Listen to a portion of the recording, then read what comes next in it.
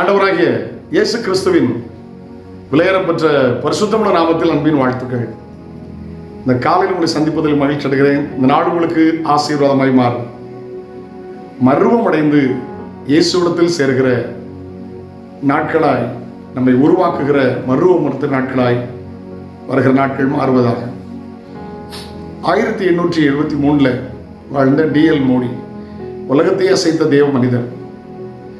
முழு நேரமாய் கர்த்தருக்காக எல்லாவற்றையும் விட்டு ஊழியம் செய்து தன்னுடைய 62வது வயதில் ஓட்டத்தை முடித்தார். இன்று வரும் அவரை பற்றி பேசுகிறோம். 100 ஆண்டுகள் கழிந்து விட்டது. அவ்வளவு பெரிய கர்த்தருக்காக பராக்கிரமமான காரியங்களை செய்த தேவ மனிதர்.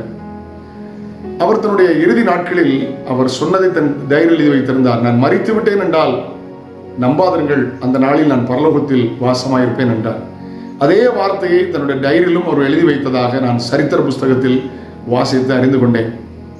மரணம் என்பது பணக்காரனும் ஏழையும், உயர்ந்தவனையும் தாழ்ந்தவனையும், படித்தவனையும் படியாதவனும், அரசியல்வாதியும் அதிகாரியும், சிறுவர்களையும் வாலிபர்களையும் பெரியவர்களையும், இந்தியாவையும் வெளிநாட்டு உலகத்தில் பிறந்த எல்லாரையும் பாரபட்சம் இல்லாமல் சந்திக்கிறது மரணம். அந்த மரணத்திற்கு யாரும் தப்ப முடியாது. ஒரு பெரிய பயம் உண்டு உலகத்தில். இந்த மரணத்தை குறித்த பெரிய பயம் எல்லாருக்கும் உண்டு. அதான் பொதுவாக மரண பயம் என்று சொல்லிவிடுவார்கள். ஆனால் தேவ பிள்ளைகளுக்கு, இயேசுவை ஏற்றுக்கொண்ட பிள்ளைகளுக்கு இந்த மரண பயம் இருக்கக்கூடாது. ஏனென்றால் பைபிளில் 1 கொரிந்தியர் 15ஆம் அதிகாரம் 50 வாசிக்கும் போது 50, 51, 52 இதோ ஒரு ரகசியத்தை அறிவிக்கிறேன். நாம் எல்லாரும் நித்திரடைவதில்லை, கடைசி எக்காலம் துணிக்கும். அப்பொழுது ஒரு நிமிஷத்திலே, ஒரு இமைப்பொழுதிலே நாம் எல்லாம் மர்வமாக்கப்படுவோம் என்கிற ரகசியத்தை எழுதுகிறார்.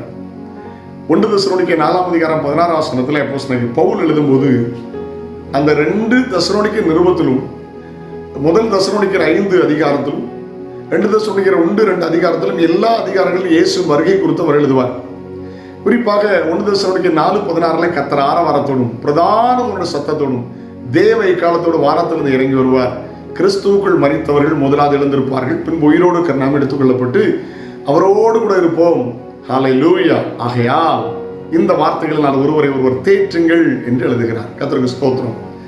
மர்வமடைய வேணுமா? ரட்சிக்கப்படுங்க. பிதா குமாரன் பரிசுத்தாவின் நாமத்தில் மூழ்கி ஞானஸ்நானம் பெறுங்க. அந்நிய பாஷை அடையாளத்தை அபிஷேகம் பெறுங்க. ஆவியோடும் உண்மையோடும் கர்த்தரை ஆராதிங்க. உள்ளும் புறம்புமான பரிசுத்தத்தை காத்துக்கொள்ளுங்கள். கரை திரை பிழை இல்லாத ஒரு நல்ல மனவாட்டியான ஒரு வாழ்க்கை வாழுங்கள். இயேசு வரப்போகிறார். வருகையில் எடுத்துக்கொள்ள விடுவோம். இன்னைக்கு நடக்கிற சம்பவங்கள் மத்தேயு 24, மார்க் 13, லூக்கா 17, லூக்கா 21 இந்த அதிகாரங்கள் வாசித்து பார்த்தால் கடைசி காலத்தின் சம்பவங்கள் எல்லாம் நிறைவேறிவிட்டது.